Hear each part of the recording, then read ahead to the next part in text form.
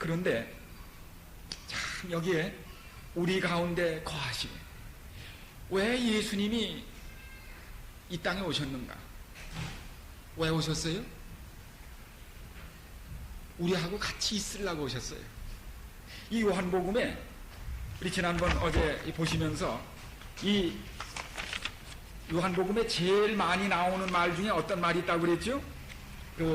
무슨 말이 참 많이 나온다고 했습니까? 요한복음에 어제 요한복음의 특징 나올 때 어떤 말이 참 많이 나온다고 했습니까? 특징으로 공관복음서와 다른 점 여기 나올 때 무슨 말이 많이 나온다고 그랬어요? 거하다는 말이 많이 나와요. 자, 사랑이란 말 많이 나오고 생명이란 말 많이 나오고 믿음이라는 말 많이 나오고 그 다음에 뭐 많이 나온다고요? 거하다. 이게 사복음서에 53번이 기록되어 있는데 여러분의 책 19페이지입니다. 41번이 요한복음에 기록됐어요. 53번 중에 41번이 요한복음에 기록됐어요. 이게 무슨 뜻일까요? 사랑하면 어떻게 하고 싶어요? 같이 있고 싶어요. 같이 있지 못하면 사랑이 안 돼요. 이치가 맞습니까? 누가 동거한데 그건 산다는 말이에요. 사랑해야 동거합니다. 그렇죠? 아이를 친정집에 놓고서는 사랑할 수가 없어요. 그리워만 하지. 어떻게 해야 돼요? 엄마가 같이 데리고 있어야 돼요. 약혼만 해놓고는 사랑할 수가 없어요. 결혼식을 하고 동거를 해야 사랑이 되는 거예요. 사랑은 같이 있게 만드는 거예요. 요한복음은 사랑의 책이에요. 그렇기 때문에 제일 많이 쓴 게 뭔가 하면 동거입니다. 동거. 같이 있겠다는 거예요.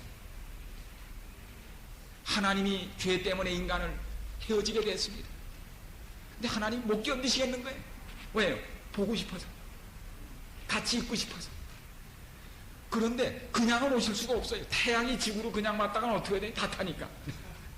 그래서 자기를 가려야 돼요. 인간하고 같이 있기 위하여 인간의 몸을 입지 않으면 안 됩니다. 사랑은 이게 비슷해야 사랑이 되게 돼 있어요. 너무 차이가 나면 사랑이 안 됩니다.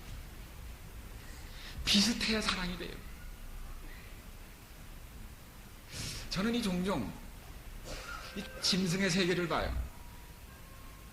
그 외에 코끼리, 호랑이, 다람쥐, 생쥐 이런 거. 근데 그것들이 사랑할 때 누구끼리 해요? 자기들끼리 하는 거예요. 근데 사랑하는 방법을 알아요? 아는 거예요. 코끼리 사랑하는 방법 있잖아요. 그 생쥐도 사랑하는 방법을 알아요? 자기들끼리 알아요. 새들은 어떤가요? 새들도 참새는 참새끼리 사랑하고 참새하고 꾀꼬리하고 사랑하는 거 보셨어요? 이상하다고. 난 정말 그게 눈여겨보세요. 희한하죠. 독수리는 독수리끼리 사랑하고 비둘기는 비둘기끼리 사랑하고. 사랑은 같아져야 사랑을 합니다. 하나님이 인간을 사랑하시게 하여 자기 형상대로 지으셨어요. 같이 만드셨어요. 자기하고 똑같이 만드시고, 그리고 죄 지어서 하나님과 인간 사이가 벌어졌을 때 하나님이 인간이 되셔서 이 땅에 오신 것입니다. 그래서 그 출애굽기 25장 8절에 이 거한다는 말이, 거한다, 말씀이 육신이 되어 우리 가운데 거하시네, 이 거한다는 말이 어디에 나온 말인가 하면 출애굽기 25장 8절에 나온 말이에요. 자, 출애굽기 25장 8절.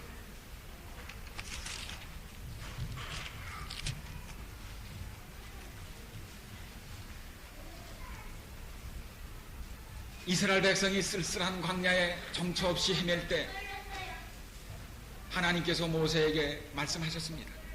25장 8절 무슨 말씀하셨지요? 내가 그들 중에 거할 성소를 그들을 지켜 나를 위하여 쥐때 내가 그들 중에 같이 있고 싶으니까 뭘 지어달라는 거예요? 집을 하나 지어달라는 거예요. 같이 있고 싶다 이거예요. 그 집이 뭐지요? 성소입니다. 죄진 인간과 같이 있고 싶으셔서 예수님이 집 지어달라고 하신 거예요. 저는 이 얘기 읽을 때마다 제 어머니 생각이 또 나는 거예요. 제가 이 고등학교 다닐 때 제 어머님이 6.25 때 33살에 혼자 되셨어요. 자녀 5을 두시고. 저는 그때 33살이면 야 그렇게 했는데 요새 보니까 33살 요새 33살 보니까 철부지대요.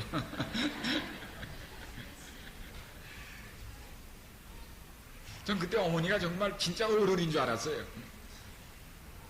근데 그래가지고 저희를 양육하셨는데 요새는 여자들이 할 수 있는 일이 많이 있지만 옛날엔 여자가 할 수 있는 일이 둘밖에 없어요.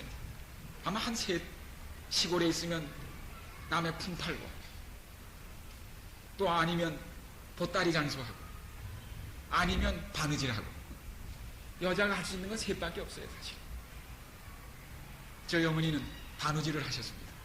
옛날 처녀 때 하신 바느질로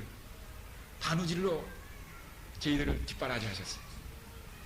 아마 저희 어머니가 만드신 한복이 참 숫자가 참 많을 거예요. 꼭 그렇게 앉으셔서 바느질 하세요. 제가 이제 고등학교 학교 다니면서 고등학교 2학년 3학년 되니까 학교 갔다 오면 저희 어머니 바느질 하시다가 어서 이제 왔느냐고 앉아라. 바느질 하는 걸 이렇게 탁 놓으시고 큰일이다. 왜요 어머니? 너 군인 가면 나 어떡하니? 그래. 너 군인 가면 내가 너 없이 어떻게 사니? 그게. 군인 걱정을 하시는 거예요. 그러더니 남이 계시더니 좋은 수가 있다. 그 논산에도 바느질은 있겠지. 바느질거리는. 내가 너 입대하면 난 너 헤어져 못 산다. 내가 논산을 쫓아가서 훈련소 밖에다가 방을 하나 얻고 거기서 바느질을 하시겠다는 거예요. 그래서 내가 너 매일 면회 가겠다는 거예요. 제가 이걸 읽을 때마다 그 생각이 나요. 하나님이 광야에다 방 하나 만들어 달라는 거예요. 내가 너희들하고 같이 있겠다는 거예요. 그게 성소입니다. 그래서 근데 하나님은 죄가 없는 분이시기 때문에 하나님이 가시면 마치 태양 앞에 얼음이 녹아버리듯이 죄가 녹아버려요. 있을 수가 없어요. 그래서 뭘 쳤어요? 하나님이 거하시는 곳에는 병균이 없는, 죄가 없는 하나님이 거하시도록 거기다가 다 피를 뿌리고 기름을 발라서 죄를 없앤 다음에 성소 안엔 죄가 없습니다. 거기에 그래서 오신 겁니다. 그래서 이 거한다는 말이 뭔가 하면 거하다. 이 거한다는 말이 히브리 말로는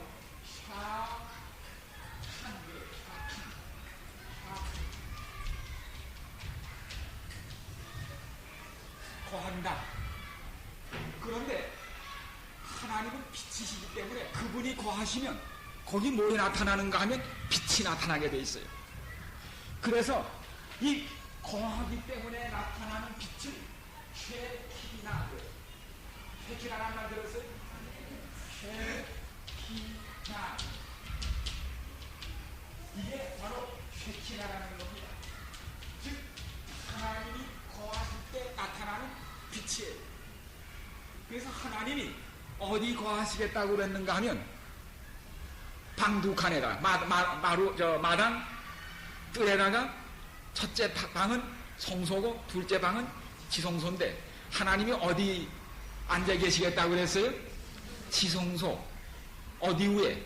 법궤 위에. 거기 내 보좌. 시은좌라 그래요. 은혜를 베푸시는 자비의 자리. 거기서 뭐 하시는 데인가 하면 죄인을 용서해 주시는, 용서하는 자리입니다. 왜 이 땅에 오셨는가 하면 용서해 주러 오신 거예요. 성소가 뭐 하는 데입니까? 죄인들 죄 용서해 주는 센터예요. 내가 죄 때문에 헤어지지 않았니? 내가 죄를 다 책임질 테니까 죄 해결하고 다시 만나자 이겁니다. 그 피가 무슨 피예요? 누구 피예요? 예수님 피예요. 하나님 피예요. 내 피 가지고 오라 이겁니다. 내가 너희에 죽을 테니까 그 피 가지고 오라 이겁니다. 그래서 그 시운 좌우에 이 피를 뿌리면 하나님의 법을 범한, 법궤이잖아요. 하나님의 법을 범함으로 죽게 된 인간이 예수님이 대신 피를 흘렸기 때문에 우리가 용서함을 받고 다시 살아나는 겁니다. 거기가 하나님의 보좌예요. 성소가 죄인을 용서하여 구원하시려고 이 땅에 오신, 용서하러 오신 하나님의 집입니다. 그래서 이 법궤후에는 하나님을 보조하는 두 천사가 있어요. 그게 무슨 천사지요? 그룹 천사. 여기 보면 출애굽기 25장에 보면 두 그룹 천사가 이 법궤후에 이렇게 날개를 펼고 있습니다. 그 다음에 하나님이 여기 계세요. 그러면 그 가운데 뭐 번지는가 하면은 그 위로 불기둥이 쫙 서게 됩니다. 그래서 옛날 이스라엘 백성이 광야를 여행할 때 밤이면 뭐 솟았죠? 불기둥이 확 솟았는데 그게 쉐키나예요. 하나님이 우리와 함께 계시다는 걸 눈으로 봤습니다. 그게 움직일 때마다 광야할 때 불기둥, 구름, 그 다음에 낮에는 불기둥이 너무 뜨겁잖아요. 그 뭐로 바꿔요? 그거를 구름으로 바꿔요. 그래서 태양을 가려줘요. 시원한 그늘이 되면서 그게 움직이는 겁니다. 그래서 그게 쉐키나예요. 하나님이 너희와 항상 함께 있다는 겁니다. 너희가 비록 죄짓고 광야를 방황하지만 내가 너희를 버린 게 아니다. 내가 너희와 함께 있고. 어디로 데리고 가는 겁니까? 약속의 땅 본향으로 데려가기 위하여 이 하나님이 이 땅에 오셔서 앞장서 가시는 그게 구름기둥 불기둥입니다. 그게 쉐키나. 그래서 그러던 분이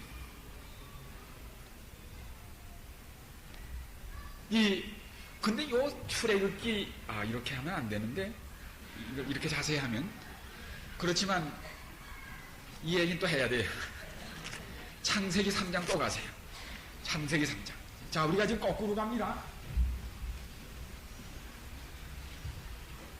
자, 우리가 지금 요한복음 1장 14절을 내가 어디로 갔죠?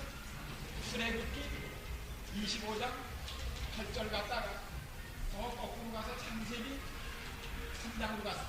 자, 창세기 3장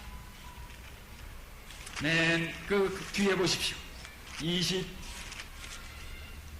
23절 여기 보면 23절 여호와 하나님이 에덴 동산에서 그 사람을 내어보내요. 그의 근본된 토지를 갈게 하시니라. 이같이 하나님이 그 사람을 쫓아내시고 에덴 동산 동편에 어느 쪽이에요? 동편에 그룹들과 두루 도는 화염검을 두어 생명나무의 길을 지키게 하시니라. 여기 방금 읽은 창세기 3장 23절. 근데 여기 보니까 뭐 나오는가 하면 에덴 동산이 여기 있었잖아요. 인간이 거기한 다음에 생명나무와 선악을 알게 하는 나무가 있었는데 내려가서 또 죄진 사람이 영생하는 것은 피차 교훈이 안 됩니다. 그걸 나가게 했습니다. 그런데 에덴 동산 어느 편에? 동편에 누굴 주셨어요? 두루도는 여러분의 그룹과 이 그룹은 아까 출애굽기 25장에 읽어보니까 무슨 천사예요? 하나님이 임재하실 때만 나타나는 천사가 그룹입니다. 이게 정말 사실인가? 여기도 나와 있지만 시편을 보십시오. 시편. 하나님이 어디 거하시는가? 자, 여기 시편 여러분에도 계속 책에도 나옵니다만 시편 99편 여호와께서 1절 통치하시니 만민이 떨 것이요 여호와께서 그룹 사이에 좌정하시니 땅이 요동할 것이다. 하나님이 어디 계신다고요? 그룹 사이에 좌정하셨다고 했어요. 하나님이 그룹 사이에 좌정하셨다고 했어요. 하나님이 어디 계신다고요? 그룹 사이에 계신 분이라고 했어요. 그런 규절이 성경에 여러 군데 나와요. 그러므로 여기 그룹 천사가 있었다는 말은 하나님이 여기 임재하고 계셨어요. 그런데 아담 하와가 죄 지은 다음에 어디 와서 제사를 드렸는가? 창세기 3장에 보면 벌써 4장에 가인과 아벨이 뭐 드렸죠? 제단을 쌓고 뭘 드렸어요? 제단을 쌓고 양을 잡아 제사 드렸잖아요. 어디 와서 제사를 드렸는가 하면 어디 와서 드렸습니다. 에덴 동산 있고 생명나무가 바라보이는 동편 있고 여기 와서 제사를 드렸어요. 그러고 보니까 제사를 드린 이곳이 뭐예요? 성소예요.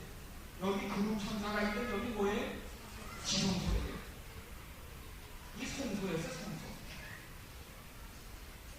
그 다음에 이거 어디로 가는 길인가 하면 죄 때문에 생명나무로 나가는 길이 끊어지고 이 길을 다시 들어가고 생명나무로 가는 길을 보존 지키게 하기 위하여 이 길을 다시 여기다 만들어 놓습니다.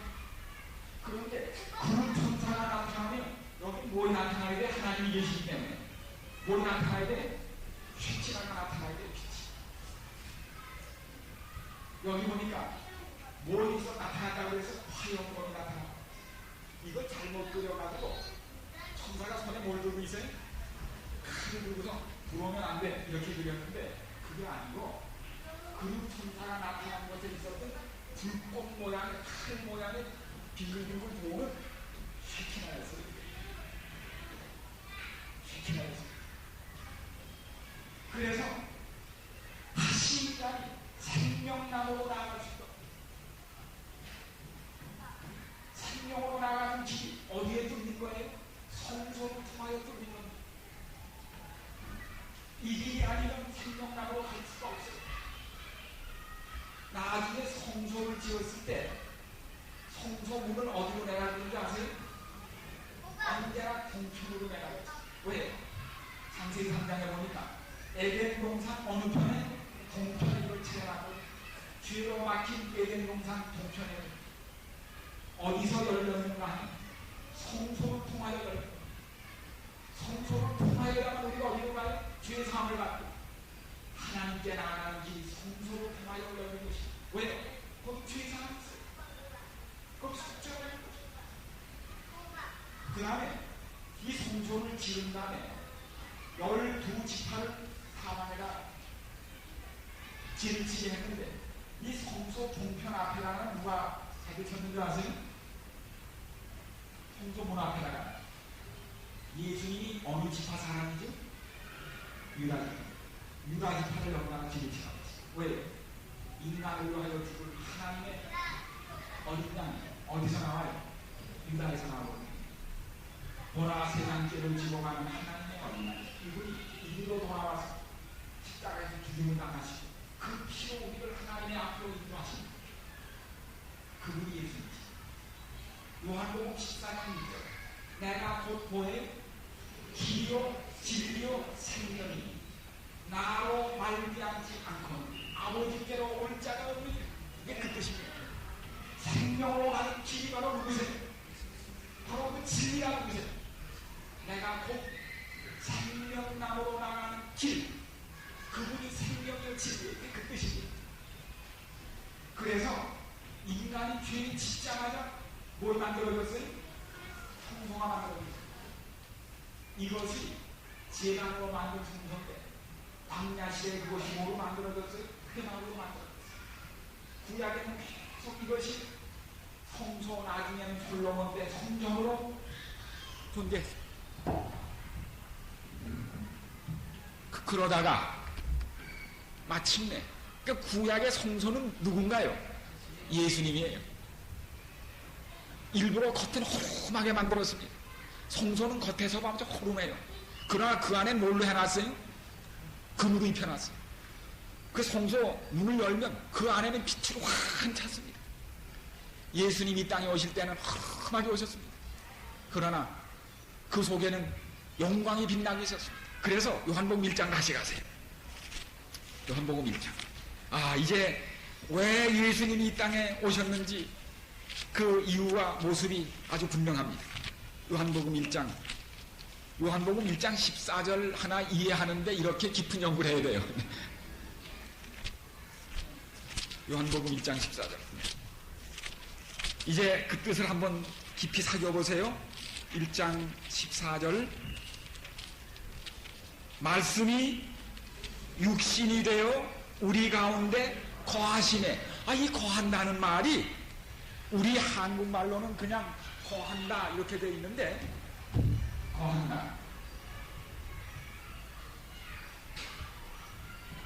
이 신약 성경은 뭐로 썼지? 헬라어로 썼잖아요. 이거 뭐라고 했는데 그냥 그렇다 하는 겁니다. 거한다는 말이 구약 성경에는 그레이기보다는 화칸이에요. 그러니까 화, S고 카니까 K고 카니까 N이에요. 그렇죠? 그 다음에 말씀이 육신이 되어 우리 가운데 거하시네. 이건 헬라어입니다. 이건 뭐라고 썼는가 하면 스케노오 됐어. 스, S, K, 노, M. 다시 말하면 헬라스 요한이 이 말을 택할 때 이 말은 본래 헬라어가 아니고 히브리 말을 그대로 음력한 거예요. 똑같은 말을 쓴 겁니다. 이 말을 번역할 때는 뭐라고 번역하는가 하면 영어 성경에는 태버나클을 그랬어요. 태버나클이 무슨 뜻인가 하면 성소를 태버나클이라고 해요. 성소. 말씀이 육신이 되어 우리 가운데 성소 장막을 치시네. 그렇게 되어 있습니다. 하나님이 인간하고 같이 있고 싶으셔서 육신이라고 하는 텐트를 치고 오신 분이 누구예요? 예수님이에요. 그분이 성소였어요. 살아있는 성소였습니다. 이게 어디 나오는가? 요한복음 2장. 예수님께서 뭐라고 그랬죠? 이 성전을 헐라. 내가 며칠 만에 일으키리라? 3일 만에 일으키리라. 그랬더니 사람들이 덤벼들었어요. 이게 46년 걸린 건데 어떻게 3일 동안에 하겠는가? 그러나 예수는 성전된 자기 육체를 가리켜 말씀하신 것이라. 그 성소가 누구였습니까? 자기였습니다. 너희가 나를 쓰러뜨려라. 내가 3일 만에 다시 부활할 것이다. 예수님이 뭐였습니까? 성소였습니다. 예수님이 이 땅에 계실 때 옛날 죄인은 어떻게 구원을 받았나요? 성소에 양을 끌고 들어가야 죄사함을 받고 구원을 받았어요. 이 땅에 계실 때는 저 성소가 예수님이 되어 오신 겁니다. 예수님이 자기한테 오면 어떻게 했어요? 소자야 내 죄사함을 받았느니라. 왜 그랬어요? 당신이 뭐기 때문에? 성소니까. 예수님께 오면 용서해요. 왜? 그분이 성소였어요.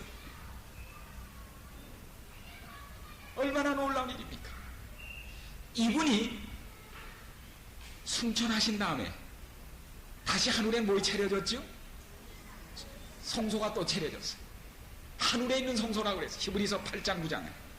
이제는 옛날처럼 짐승의 피가 아니고 누구 피예요? 자기 피.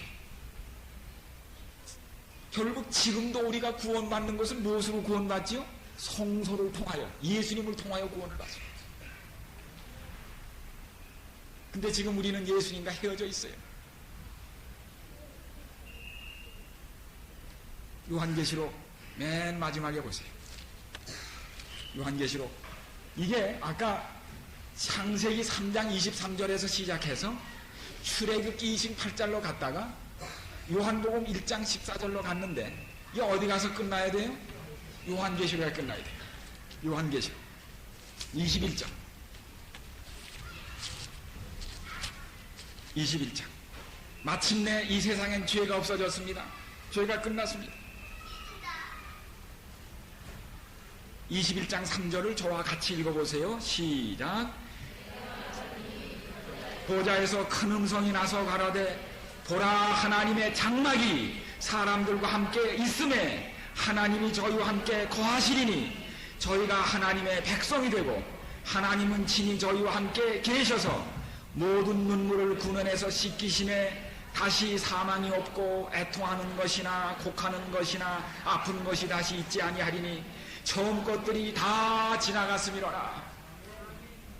기회가 끝나면 하나님의 장막이 인간과 함께 영원히 있게 하여 이 땅에 오시고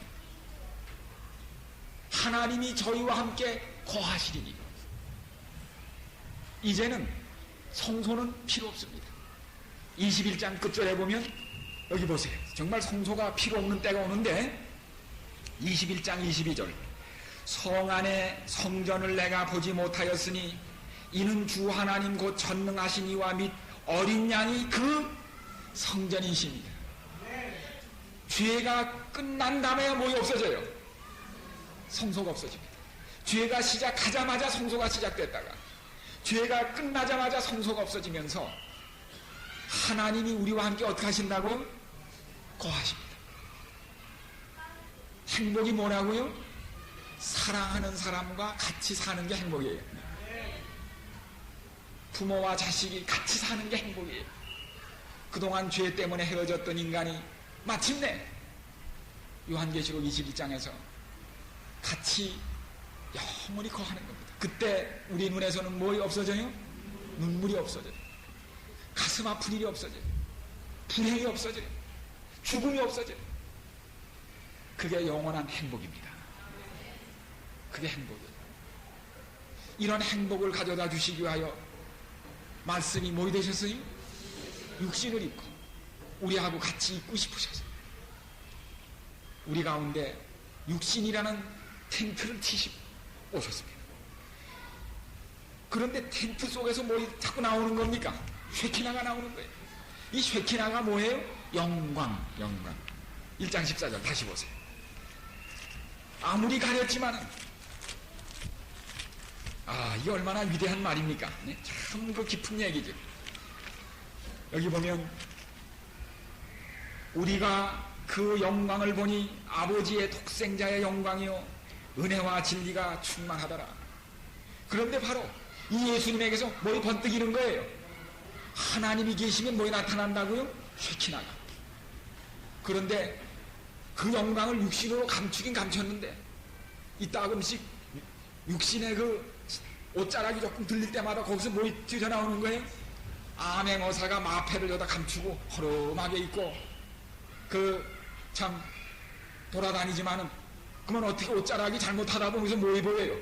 마패가 보이듯이 그 하나님의 영광의 신성을 감추긴 하셨는데 이따금씩 옷자락이 육신의 옷자락이 펄럭일 때 이쪽에서 영광이 비쳐나오는 것을 요한이 본 겁니다. 요한이 나중에 기절을 한 거예요. 자기가 어떤 땐 기대기도 하고 어떤 땐 먼지를 뽀얗게 쓰시고 맨발 슬리퍼 하나 끄시고 터덜 산길을 걸으시고 어떤 땐 너무 고나셔서 막 인사불성으로 막 아무데나 귀를 붙이고 주무시고 어떤 땐 너무 피곤하셔가지고 배가 막 풍랑이 치는데도 작은 배에 주무셔가지고 그냥 막 졸고 계시든 주무시고 계시든 그분이 알고 보니까 누구였어요? 하나님이셨어요. 하나님. 요한이 그만 나중에 그땐 잘 몰랐어요. 사실 지금 100여 년 70여 년이 지금 돌이켜보니까 기가 막힌 일이라 이게 온 우주를 지으신 하나님이 이 지구에 오셔가지고 초라한 인간의 모습으로 배도 고프시고 게다가 막 맞으시고 십자가에 돌아가시고 요한은 견딜 수가 없는 겁니다. 이게 그때 쓴 거예요. 하나님이 자기가 이렇게 기대했던 그분이 알고 보니까 누구였어요? 하나님이셨어요. 이게 놀랄 일이 아닙니까? 우리가 그 영광을 보니 아버지 하나님의 독생자 영광 이 말 쓸 때 요한은 가슴이 뛰어서 견딜 수가 없는 거예요. 여러분 하나님하고 이렇게 하나님 품에 안겨보고 하나님하고 얘기하고 식사도 같이, 이게 보통 일이에요? 네? 아니 이게 보통 일이냐고. 이 꽃을 지으신, 별들을 창조하신, 영원전부터 계신, 우주를 만드신 그 하나님하고 3년 반을 같이 살았던 겁니다. 근데 그 하나님은 사람이 죽인 거예요. 요한이 가슴이 터진 겁니다.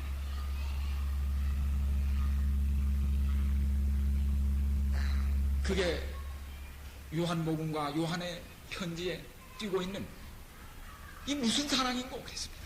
이 도대체 어떻게 된 사랑이냐. 헤아릴 수 없는 사랑입니다. 이거는 무슨 일만 할 수 있는가? 하나님은 뭐예요? 이 말을 딱 하면서 하나님은 뭐예요? 사랑이시라. 이 한 말밖에 아무 다른 말을 할 수가 없습니다. 하나님은 사랑이시라. 우시던 하나님, 그런 사랑을 요한이 경험한 겁니다. 만진 겁니다. 들은 겁니다. 품에 기대 본 겁니다. 사랑하는 여러분, 우리가 바로 요한복음에서 그런 하나님을 지금 경험하고 있다고 하는 사실입니다. 진도는 안 나갔지만 이게 뭐예요? 창세기부터 요한계시록까지 얘기가 완전히 누구 얘기예요? 요한복음 1장 14절 속에 창세기부터 요한계시록이 다 들어가 있는 거예요. 예수님께서 뭐라고 그러세요? 내 안에 거하라. 나도 너희 안에 거하리라. 내가 내 속에 거할 땐 어느 때만 그게 가능해요? 사랑할 때만. 사랑할 땐 그 사람이 내 속에 있나요? 내가 그 사람 속에 있나요? 그거예요. 어떻게 우리가 다른 사람의 마음에 거할 수 있습니까? 사랑만이 이것을 가능하게 하는 겁니다. 사랑. 그래서 사랑 때문에 오신 겁니다. 한 5분 쉬었다가 또 거해야 되겠네. 한 5분만 쉬고 5분만. 네. 잠깐 해서 우리 또 한 15분에, 그러나 진도를 빨리 나갈 테니까 안심하세요. 이제 내일 하루밖에 안 남았는데 1장만 다 하면 다 하는 거예요, 사실은. 네. 자, 우리 한 5분만 쉬고 빨리 제자리에 앉으세요. 좀 왔다 갔다 하세요. 자, 우리 이제 1장 14절을 너무 오래 했죠? 네. 그러나 그 한 구절이 이해되므로 요한의 가슴을 채웠던 그 의미가 무엇인지를 깨닫게 되십니다. 정말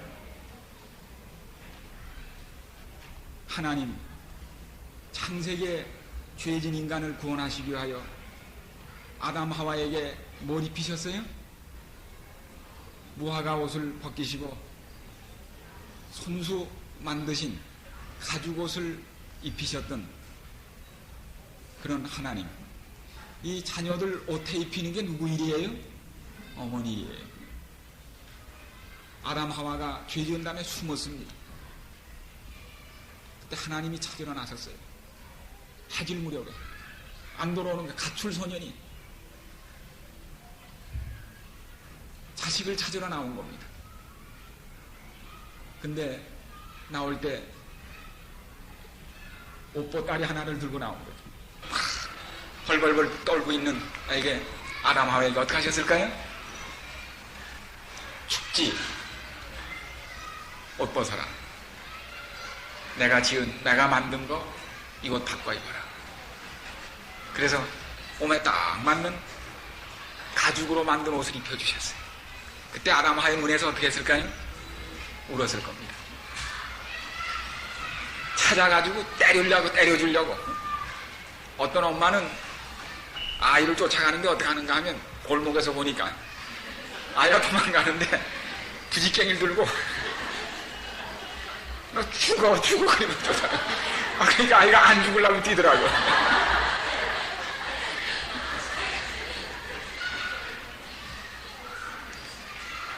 처음 아담 하와를 찾아오신 예수님은, 하나님은 가죽옷을 참 보따리에 싸가지고 옷을 갈아입혀 주셨습니다. 근데 그 옷은 벌써 그 가죽옷을 지어입혔다는 건 이미 그 옷을 만들기 위해 누가 죽었어요?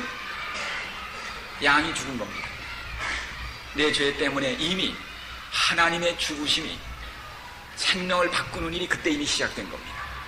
바로 그분이 육신이 되어 오신 분이 예수 그리스도시오.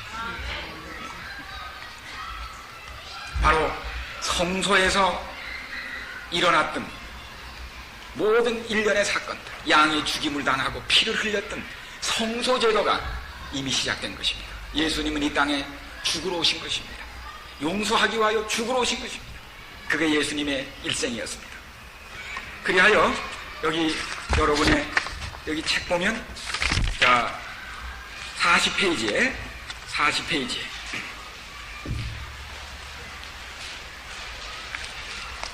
이렇게 오신 예수님을 세상은 거절했습니다. 그 거절한 얘기가 2장부터 12장까지 나오고, 그러나 극소수는 영접했습니다. 영접한 사람은 하나님의 자녀가 됩니다.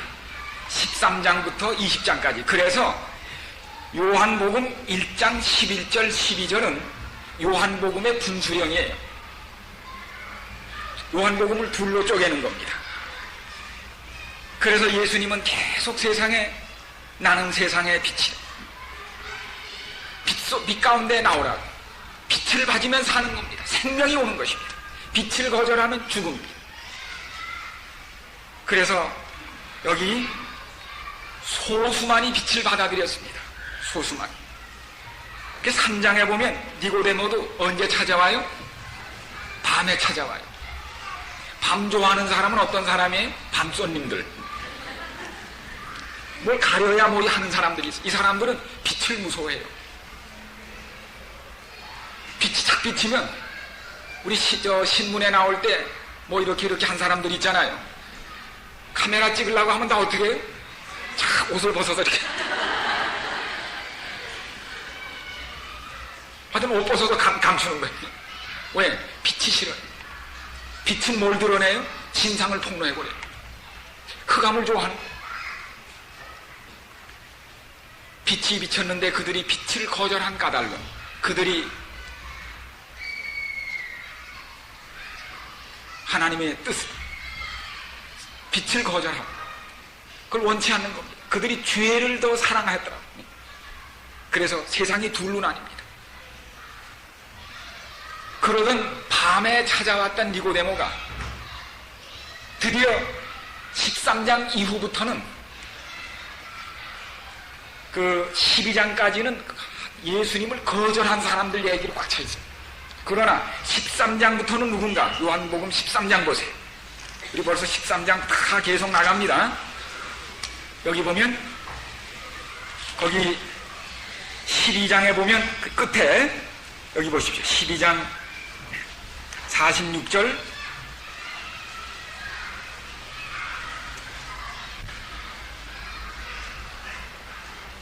나는 빛으로 세상에 왔나니 무릇 나를 믿는 자로 어둠에 거하지 않게 하려 함이로다. 나는 빛으로 왔다. 그러나 사람들이 빛을 받아들이지 않는데 그 까닭은 왜 그런가? 저희는 43절 사람의 영광을 하나님의 영광보다 더 사랑하였더라. 그래서 그들은 빛을 택하지 않습니다. 그러나 13장부터는 예수님을 영접한 사람이, 그게 누굽니까? 세상에 있는 자기 사람들을 사랑하시되 끝까지 사랑하시니라.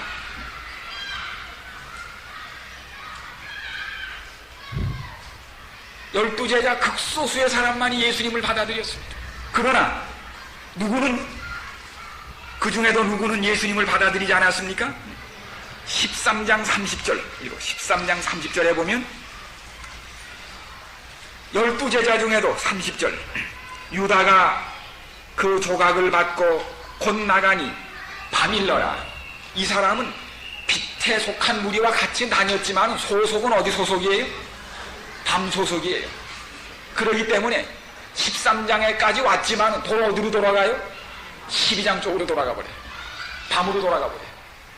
밤에 속했던 니고데모는 19장에서 어디로 나와요? 요한복음 19장에 보면 그 얘기가 여기 다시 나옵니다.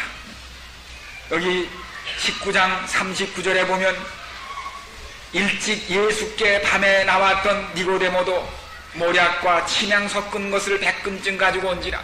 옛날 밤사람이었던 니고데모가 이제 뭐이 됐어요? 낮사람이 된 겁니다. 낮에 나왔습니다. 운명이 바뀐 겁니다.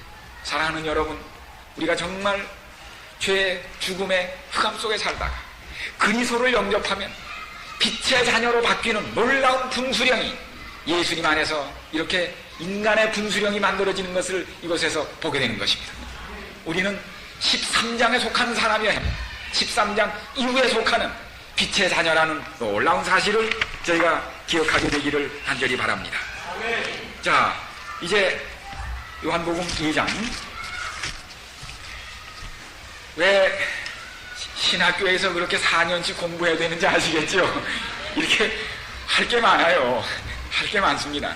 정말 참 하나님 말씀은 너무너무 깊고 오묘하고 정말 넓은 것을 깨닫게 돼요. 예수님이 광야의 시험을 겪으신 후에 이제 어디에서 첫 번 이적을 행하시죠? 가나에서 첫 번 이적을 행하시는데, 예수님은 당신의 첫 번 이적을 어디서 행하실까? 당신의 공중봉사를 어디서 행하실까 깊이 생각하셨습니다. 그는 혼인집을 택하셨습니다. 바로 창세기 3장에 보면, 2장에 보면 처음 인간을 만드시고 에덴 예식장에서 첫 번 아담 하와의 결혼을 주례하셨던 분이 누구죠? 하나님이셨습니다. 예수님이셨습니다. 예수님은 창조의 일을 가정에서 시작하신 겁니다. 가정은 뭐 하는 곳이에요? 생명이 태어나는 곳이에요. 거기서 모든 것이 이루어집니다. 바로 재창조도 가정에서 시작되었습니다. 그분은 가나의 한 혼인잔치에 참석하셨습니다. 이 자세한 얘기는 여러분들이 이미 많이 들어서 아시기 때문에 저희가 반복하지 않습니다. 그런데 이 2장에서 어떤 사건이 벌어졌습니까? 결혼은 여러 날 하는데 포도즙이 떨어졌습니다. 포도즙은 행복과 기쁨의 상징이었습니다. 잔치집에 포도즙 떨어진 것은 불행의 시작입니다. 자, 이때 이것이 예수님의 어머니의 친족이었기 때문에 어머니가 과방을 보고 계셨어요. 포도즙이 떨어진 겁니다. 지금처럼 양조장 무슨 이런 어디 포도즙 파는 데가 있는 게 아니에요. 큰일 났습니다. 이때 예수님은, 어머니는 아들을 불렀습니다. 늘 어려운 일이 생기면 가난한 집 아들, 예수님께서 다 알아서 처리하셨을 뿐만 아니라 예수님이 어떤 분이라고 하는 비밀을 알고 있는 어머니는 이때 뭘 드러내고 싶었어요? 자기 아들을 드러내고 싶었습니다. 그래서 예수님에게 힌트를 주었어요. 그랬더니 예수님께서 이렇게 이 얘기를 들으시면서 뭐라고 그랬어요? 여자여, 나와 무슨 상관이 있나이까? 내 때가 아직 이르지 못하였나이다. 여자여 하는 건 아시는 대로 군아이, 어머니를 여자를 높이는 얘기예요. 어머니, 왜 이 일을 저하고 연관을 시키시나요? 어머니가 무슨 마음을 가진 걸 예수님이 알고 있었습니다. 그러면서 어머니, 저 때문에 영광을 얻고 싶으시죠? 그러나 어머니가 저 때문에 얻으려는 영광은 어머니가 생각하는 영광과는 다른 영광이에요. 저는 제 때가 있어요. 그래서 이 때가 무슨 때일까? 내 때가 아직 이르지 않았다. 그러나 예수님께서는 이 곤궁을 면해 주시려고 작정하셨습니다. 그래서 예수께서 저에게 이르시되 항아리에 물을 채우라 하신즉 아구까지 채우니 떠다 연화장에게 갖다 주라 하시매 사람들이 먹은 후에 야, 이상한 집이다. 다른 사람들은 나중에 점점 뒤로 갈수록 나쁜 게 나오는데 이 집은 마지막에 이렇게 좋은 것이라. 어디서 났느냐? 그 출처가 밝혀졌을 땐 이미 예수님께서는 제자들과 함께 자리를 떠나셨습니다. 예수께서 이 처음 표적을 갈릴리 가나에서 행하여 그 영광을 나타내십니다. 그래서 내 때가 되지 않았다는 말과 영광이란 말은 늘 붙어 있습니다. 자, 이걸 보세요. 여기 보시면 이 내 때, 이게 요한복음의 여러분의 책 167페이지 보세요. 167페이지. 그러니까 진도가 지금 뒤로 나가는 겁니다. 167페이지.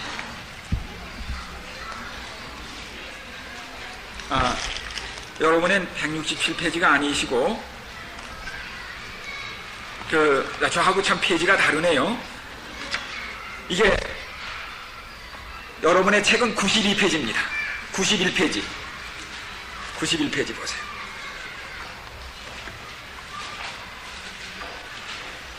이 때라는 말이, 내 때라는 말이 몇 번 나오는가 하면 요한복음에 10번이 나옵니다.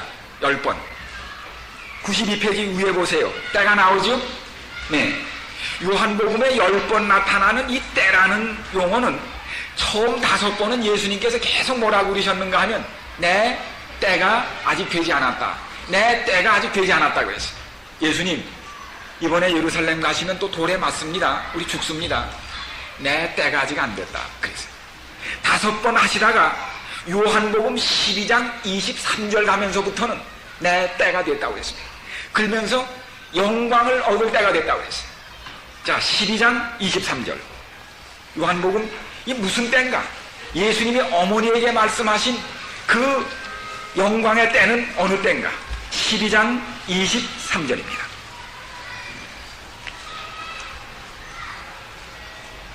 저하고 같이 읽어보십시오. 예수께서 대답하여 가라사대 인자의 영광을 얻을 때가 왔도다. 진실로 진실로 너에게 이르노니 한 알의 밀이 땅에 떨어져 죽지 아니하면 한 알 그대로 있고 죽으면 많은 열매를 맺느니라.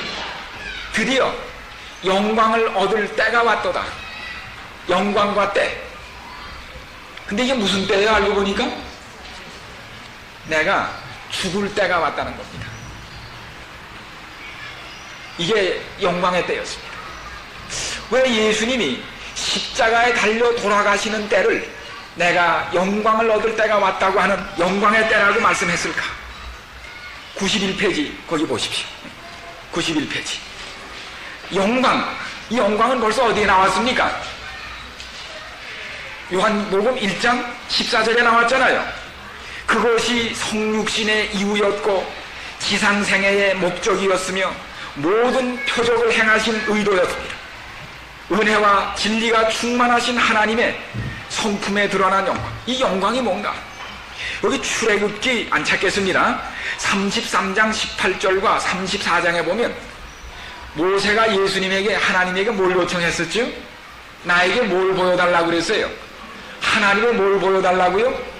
영광을 보여주옵소서 그랬습니다.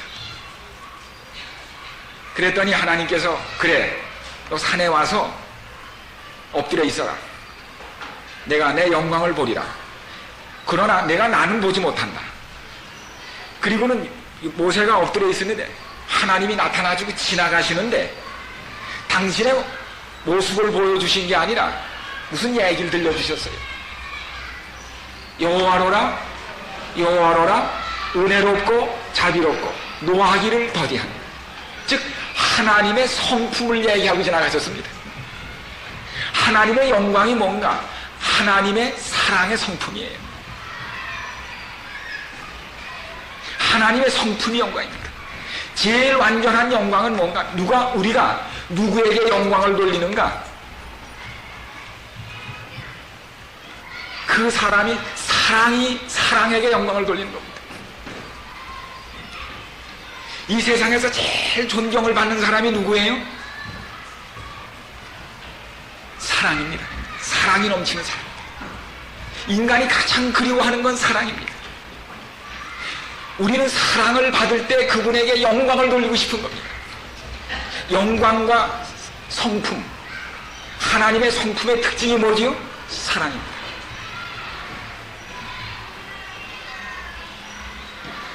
그렇기 때문에 이 영광은 하나님의 사랑의 성품을 영광이라고 그래요. 그런데 이 하나님의 영광이, 즉 성품이 제일 잘 드러난 데가 어디죠? 십자가입니다. 십자가에서 하나님은 당신이 어떤 분이신 것을 영원한 우주에 드러내셨어요. 은혜롭고 자비롭고 노하기를 더디하는 사랑의 하나님의 완전한 모습이 어디 드러났다고요? 십자가에 드러났습니다. 그게 예수님께서 내가 내 아버지의 영광을 드러내러 왔다고 그랬습니다. 아버지의 영광은 뭐예요? 사랑의 성품입니다. 그게 언제 드러났어요? 십자가에서 드러난 거예요. 우리는 십자가에서 하나님이 어떤 분이신 것을 똑똑히 보게 됐습니다. 그 십자가 때문에 우리가 그분에게 뭘 돌려요? 죽임을 당하신 하나님, 그 아버지에게 뭘 돌리는 겁니까? 세세토록 영광을 돌리게 되는 것입니다. 하나님께 우리가 영광을 돌리는 까닭은 하나님의 사랑 때문에 돌리는 거예요. 우리가 우리 어머니에게 영광을 돌리는 까닭은 왜 그래요? 우리 어머니의 베푸신 무한한 사랑 때문에 그분에게 영광을 돌리는 겁니다. 우리가 하나님께 드리는 영광은 강제로 드리는 게 아니에요. 사랑에 못 견뎌서 드리는 거예요. 심판하실 때가 이르렀으니 하늘과 땅과 바다와 물들의 근원실 만드신 하나님을 경배하는, 하나님께 뭐 하라고요? 영광을 돌리라는 겁니다. 그분의 성품이 어떤 걸 깨닫고 그분에게 최고의 존경과 찬송을 드리는 것, 그것이 영광을 돌리는 것이요, 그것이 예배인 것입니다. 그래서 예수님께서 이 첫 번 이적을 통하여 뭐라고 말씀하셨어요? 어머니, 저를 통하여, 자식을 통하여 영광을 얻으려는 것 어머니 마음은 알아요. 그러나 어머니, 내가 돌릴 영광은 내 때는 따로 있습니다. 마리아는 그것을 언제 봤어요? 아들이 십자가에 못 박히면서 끔찍한 죽음을 당할 때 이 말씀의 뜻을 그때 아마 깨달았을 겁니다. 그런데 요한복음 2장에 보니까 이 이적은 어떤 이적이라고 했죠? 이 표적은 첫 번째 행하신 것인데 이것을 통하여 하나님의 뭘 드러냈다고요? 영광을 드러냈다고 했습니다. 그런데 예수님이 제일 먼저 베푸신 이적도 물로 포도즙을 만드는 이적이었는데 요한복음 2장은 요한복음 19장에서 끝이 납니다. 19장 보십시오. 요한복음 19장, 요한복음 19장, 요한복음 2장에 보면 첫째 뭐이 나오나요? 물로 뭘 만들었어요? 자, 물로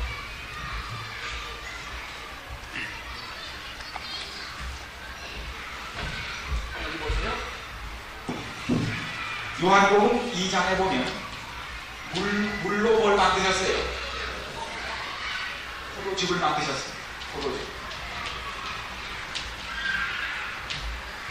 그 다음에 이때 누가 등장했죠? 어머니 마리아가 등장합니다. 그 다음에 마리아를 뭐라고 불러요? 여자요. 19장에 보면 똑같은 사건이 다시 나옵니다. 자, 여기 19장 보세요. 19장 34절을 보십시오.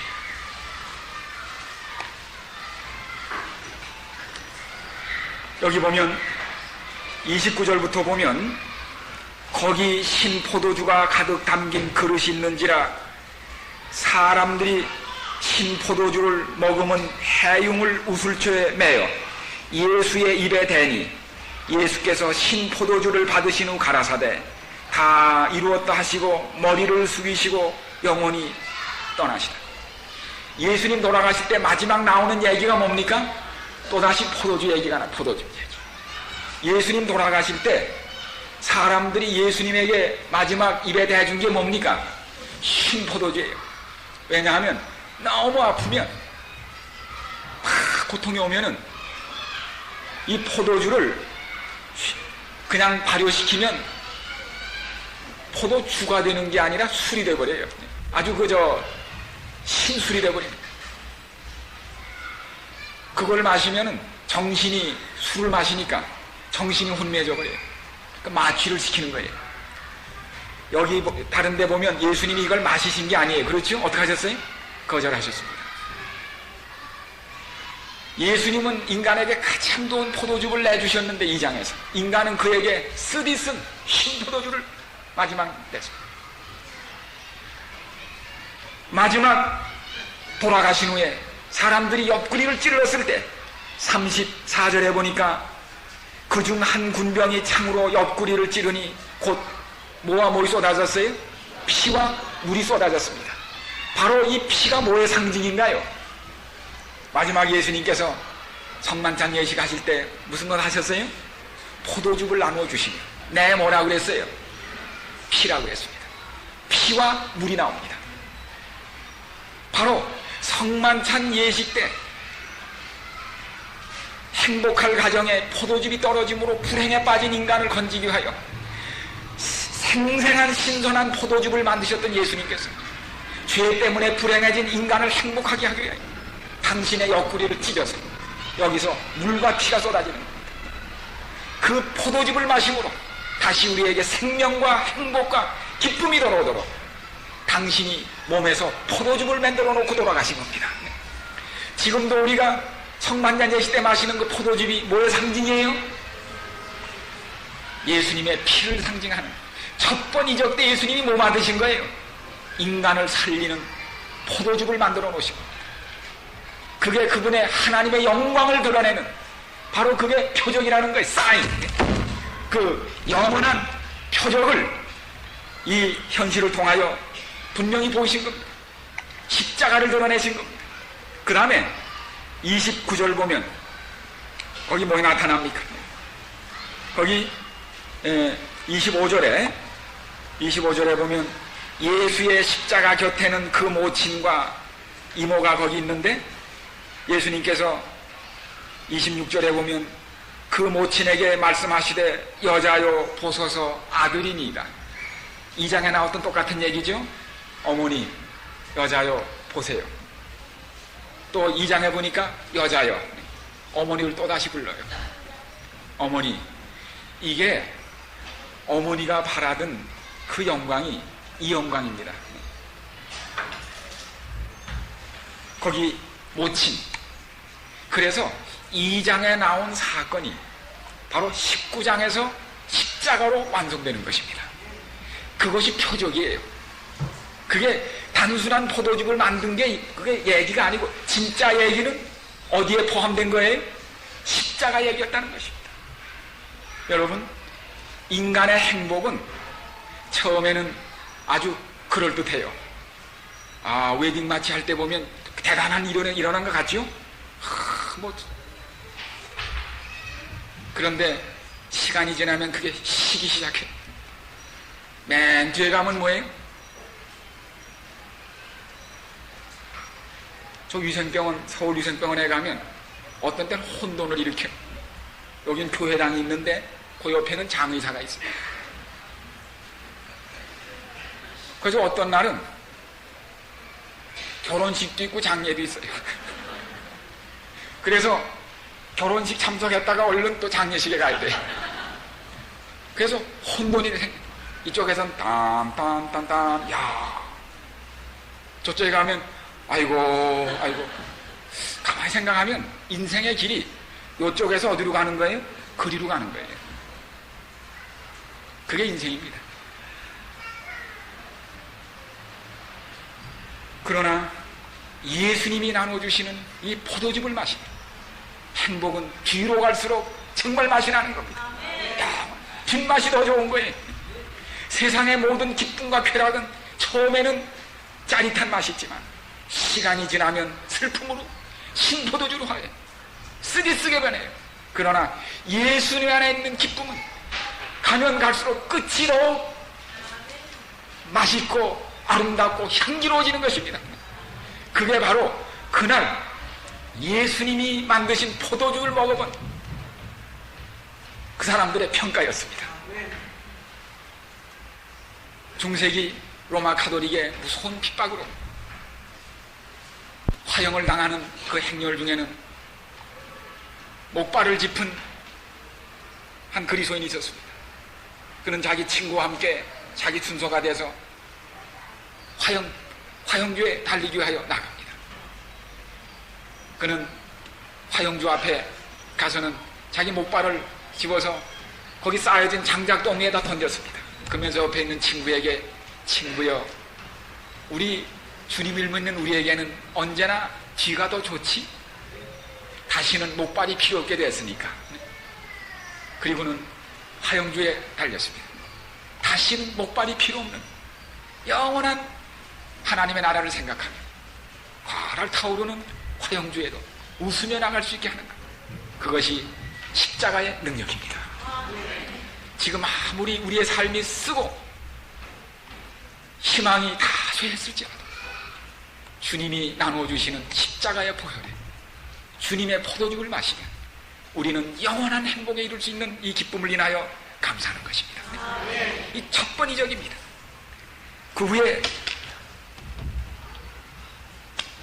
제가 오늘 사마리아 여인까지 가려고 그랬었는데 여기서 끝날까요? 한 15분 더 할까요? 30분에 끝나도 되겠어요? 어떡하나. 네. 죄송합니다. 제가 오늘 1장 14절을 그만 너무 오래 한 것 같아. 그렇죠? 근데 후회는 하지 않습니다. 조금만 더 기다리세요. 그러면 그 다음에 이 두 번째 이적도 어디서 행하셨는가 하면 어디서 행하셨어요? 이 갈릴리 가나에서 또 행하셨습니다. 여러분의 책 44페이지 빨리 보세요. 자, 이 가나의 혼인잔치의 이적을 2장에서 행하신 다음에 또 3장에서는 니고데모를 만나서 회견하신 다음에 그 다음에 가나의 표적은 갈바리의 표적이었다 하는 얘기가 끝난 다음에 그 다음에 45페이지에 가나에서의 두 번째 표적이 거기 나옵니다. 예수님께서 드디어 유다의 공사를 끝내시고 다시 가나로 돌아오셨는데 약 1년 전에 거기에서 첫 번 이적을 행하셨던 곳입니다. 그래서 이 예수님이 이적을 행하셨던 곳이기 때문에 그 다음에 유다에서 행하신 많은 일들이 알려지자 사람들이 많이 이리로 몰려드는 그 소문이 퍼지기 시작했습니다. 그런데 바로 이때 가나에서 한 70리 떨어진 가버나움, 바로 그 갈릴리 호수 북단에 있는 이 가버나움 헤롯 안티파스의 왕의 고급 궁중 관리의 집에서는 긴장이 감돌고 있었습니다. 집안에서는 흐느끼는 소리가 들려왔습니다. 이따금씩 아이의 이름을 부르는 어머니의 목소리가 들려왔습니다. 사람들이 들락날락하고 있었습니다. 그동안 아파오던 그 집의 아들이 이제는 열이 극도에 치솟고 아이가 죽어가고 있었습니다. 열이 오르고 의원들도 이제는 희망이 없다고 선언을 했습니다. 마지막이 온 것입니다. 아이의 얼굴빛이 변하고 있었고 호흡이 가빠지고 있었습니다. 이때 누군가가 소식을 전했습니다. 저 이웃 동네 가나에 그 나사렛 예수라는 분이 오셨는데 그리로 한번 가보시죠. 어린아이의 임종을 안타깝게 지켜보던, 멍하니 정신없이 지켜보던 궁중고관 아버지가 속태거나 벌떡 일어섰습니다. 이제 마지막 길이 나선 겁니다. 마지막 희망이 들려온 겁니다. 이 아이만 살릴 수 있다면 무슨 일을 못하랴. 그는 하인을 보내지 않았어요. 아들 문제예요. 자식 문제예요. 이건 사무가 아닌 내 아들 죽고 사는데 남을 보낼 수가 없어요. 자기가 달려가기 시작합니다. 내가 올 때까지 이 아이가 살까? 그런 분할을 안고서 70리 길입니다.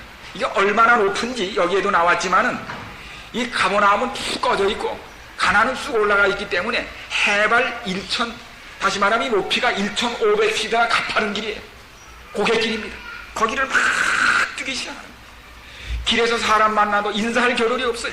아이가 죽는데 오후 1시가 거의 돼서야 가나에 도착을 했습니다. 그래서 그는 예수님을 본 적이 없어요. 군중을 헤치고 가보니까 그는 자기도 땀에 푹 젖어 있었습니다. 보니까 자기는 왕의 궁중고관으로 아주 번쩍이는 옷을 입은, 자기는 왕의 궁중고관으로 아주 번쩍이는 옷을 입은 대단한 사람입니다. 근데 자기 앞에 나타난 예수는 어떤 사람이 먼 길을 여행해 와가지고 초라한 옷에다가 먼지를 쓴 아주, 그래서 고가는 사람도 많은 데서 뭘 해야 되나요? 체면도 차려야죠. 그래서 마음이 복잡한 갈등을 느끼면서 47절에 보면 어떻게 했습니까? 여기 47절. 자, 여기 요한복음 47절에 잠깐 보시죠. 보시면서 47절.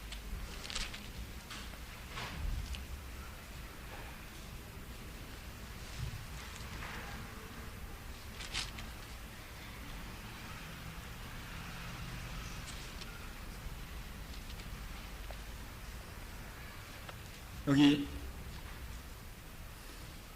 4장 47절에 그가 예수께서 유다로부터 갈릴리에 오심을 듣고 가서 청하되 내려오셔서 내 아들의 병을 고쳐주소서 하니 저가 거의 죽게 되었습니다. 내려오셔서 내 아들의 병을 고쳐주소서. 아들만 살릴 수 있다면 무슨 짓을 하더라도 그는 막다른 심정에서, 그러나 아직도 그는 자존심 있는 사람입니다. 그의 말 속에는 아직도 뭐 있어요? 의심이 있습니다. 내려오셔서, 여기서는 안 됩니다 이거예요. 당신 거리가 멀어서 70리 거리인데, 그러니까 나하고 같이 가서 고치자 이겁니다. 하도 남에게 명령하던 버릇이 있어가지고 예수님도 뭐예요? 갑시다 이거예요. 군대식 명령을 해요. 아직도 이분이 누군지 몰라요.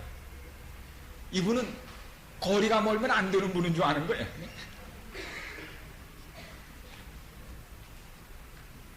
그때 예수님께서 그를 가만히 바라보십니다. 얼굴에 초조와 창대, 그러나 자존심은 있고 아버지 얼굴을 바라보시며 예수님께서 이 대답에 바로 대답하는 대신 뭐라고 말씀하셨어요? 예수께서 가라사대 너희는 표적과 기사를 보지 못하면 도무지 믿지 아니하리라. 그를 물끄러미 바라보시며 그의 마음의 고뇌를 이해하시면서도 지금 이 아들이 죽어가는 이 지경에도 뭘 달고 나오는 거예요?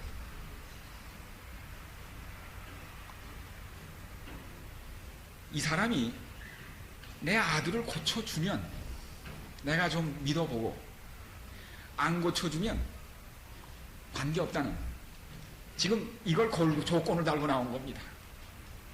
예수님 그걸 딱 집으신 거예요.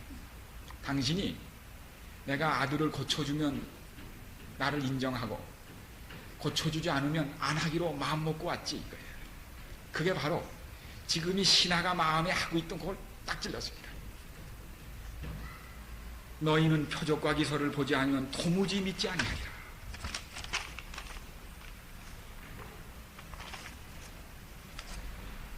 바로 이 말 속에 무엇이 포함되어 있습니까?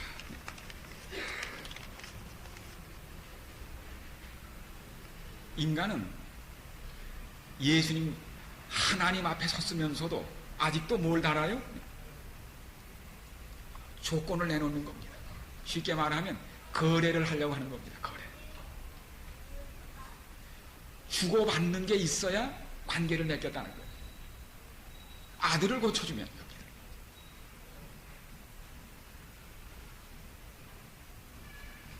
여기. 예수님을 구름대처럼 쫓았던 사람들이 왜 쫓았어요? 예수님께서 요한복음 6장에 말씀하셨습니다. 떡을 먹으니까, 배가 부르니까 쫓았어요. 떡을 안 만드니까 다 도망가더라고. 병자를 고쳐주니까 구름대처럼 모여들었어요. 병자를 안 고쳐주니까 다 떨어지더라고. 이거는 어제 말씀드린 대로 관계가 아니고 뭐예요? 거래예요. 너희가 거래를 또 하러 왔구만. 이 한마디 속에서 이 고관은 예수님이 자기의 깊은 마음을 모두 알고 계시다는 걸 깨달았습니다. 여러분, 우리가 언제까지나 예수님하고 뭘 조건을 내놓고 흥정을 해야 되나요? 우리 기도 드릴 때 종종 그런 이 고강과 같은 기도를 드리나요? 조건을 내놓고 이걸 해주시면, 이걸 뭘 해주시면 예수님은 굉장히 이걸 섭섭하게 생각하십니다. 이거는 거래야. 인간과 하나님 사이에는 거래로 맺어져야 하는 관계가 아니에요. 이 말의 뜻이 무엇인지를 이 신하는 금방 알았습니다. 그 다음 말이 싹 달라집니다. 신하가 가로되 주여 내 아이가 죽기 전에 내려오소서. 내 마음을 이렇게 다 아시는 이분만 있으면 내 아들이 산다는 확신이 드는 겁니다. 믿음이 확 달라졌어요. 첫 번에는 뭐예요? 아이를 마음으로 안고 온 거예요. 이 아이를 고쳐주시면 믿고, 이제는 아이를 뒤로 돌린 겁니다. 몸을 앞으로 내놓은 거예요. 내려오셔서 오시기만 하면 우리 아이는 삽니다. 그때 예수님께서 무슨 말씀 하셨어요? 가라, 내 아들이 살았다 하신대. 그 사람이 예수의 하신 말씀을 믿고 가더니, 그런데 이 사람이 예수님께서 같이 가지 않으시고 내 아들이 살았다는 말씀만 하셨습니다. 그 순간 그에게는 확신이 들었어요. 내 아들이 살았다는 확신이 들었습니다. 여기 보면 이 사람이 그날 집에 가지 않았습니다.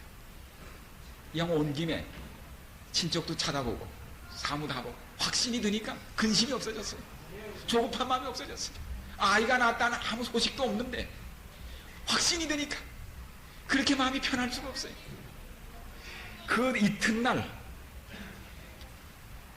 내려가는 길에서 그 종들이 오다가 만나서 아이가 살았다고. 이 사람이 안 나오니까 종들이 오다가 도중에서 만났어요. 어제 이 길으로 올 때는 그렇게 불안하게 왔는데 새가 까마귀가 울어도 야, 우리 아이가 죽었다는 소리가 아닌가. 근데 이제 내려갈 때는 모든 게 노래로 들려. 참 즐겁게 내려가는데 종들이 왔어. 아들이 살았다는 겁니다. 그때 그에게 아직도 알아보고 싶은 게 있었어요. 이게 우연히 난 건지 아니면 예수님이 말씀하셔서 난 건지. 그래서 물었어요. 몇 시쯤 났더냐 이거예요. 그랬더니 뭐라 그래요? 제 7시면 오후 1시입니다. 그래서 6을 더하면 오후 1시에 막 열이 오르며 마지막 숨을 헐떡이더니 아이가 열이 푹 내리면서 깊은 잠에 들어가는 겁니다. 1시부터 열이 내리더라는 거예요. 이때 이 사람은 확신했습니다.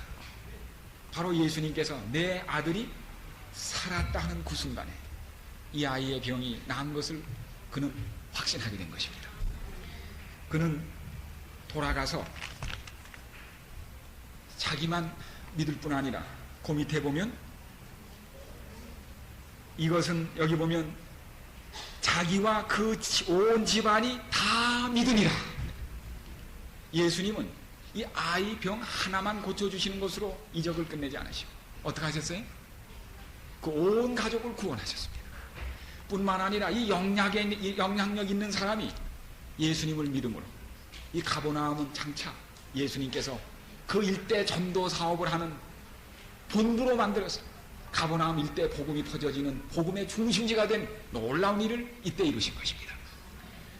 이 이적을 통하여 예수님께서는 중요한 일을 우리에게 가르쳐 주시려고 하신 겁니다. 뭐하면 예수님이 비록 그 자리에 계시지 않을지라도 무엇만 믿으면요, 말씀만 믿으면 예수님이 계신 것과 다름없는 일이 일어난다고 하는 사실입니다.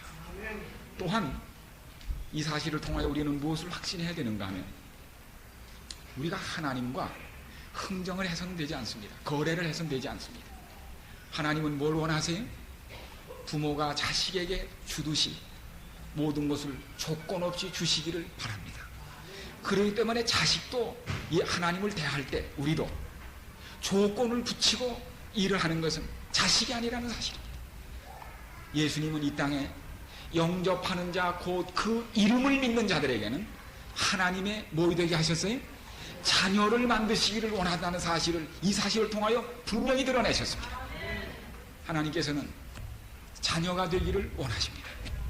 저는 이 말씀을 읽을 때 이 생각이 제 머리에 다시 기억나요.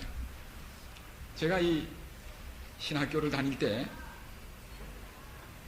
제 집은 저 원주에 있었어요.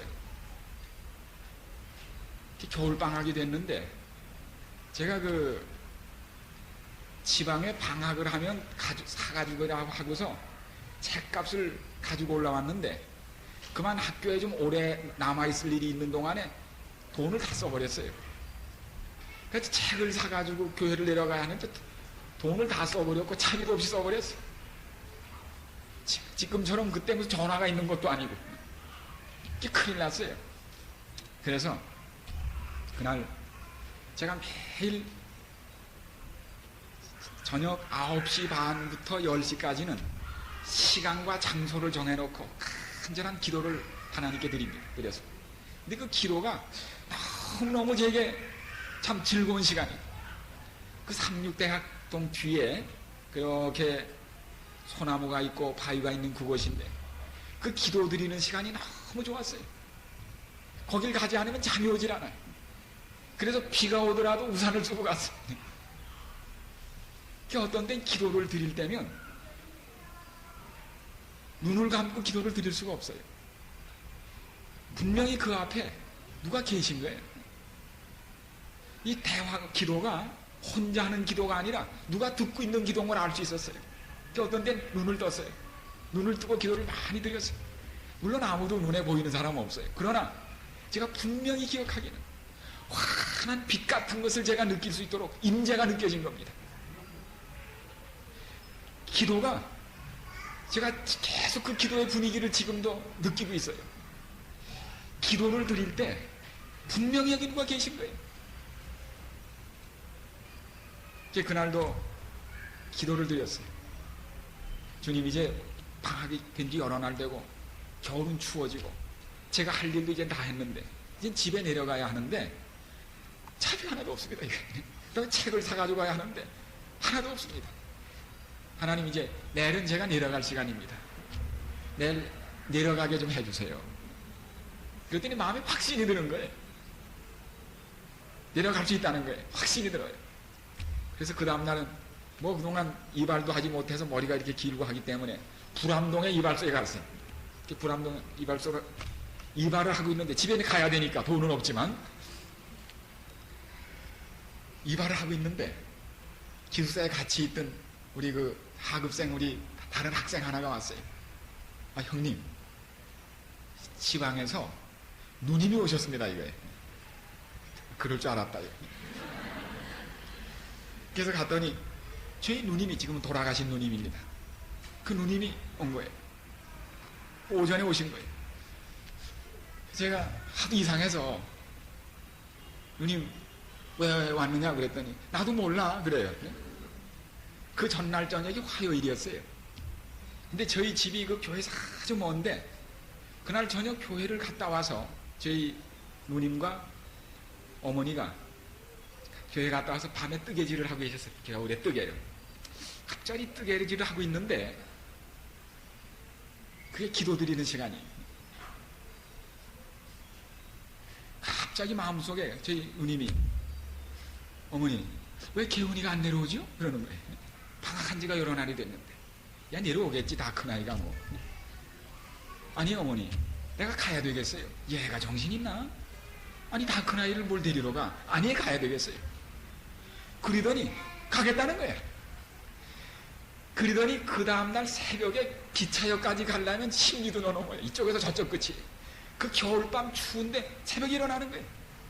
그리고 있는 돈을 챙겨가지고 기차를 타고 온 겁니다.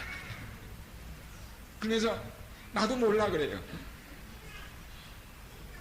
내가 어제 저녁에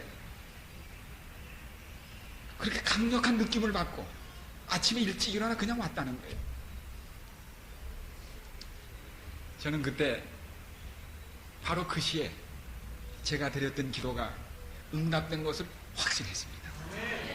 다른 사람은 그게 대수롭지 않은 일이지만 저한테는 왕의 신하 같은 확신이 들더라고요.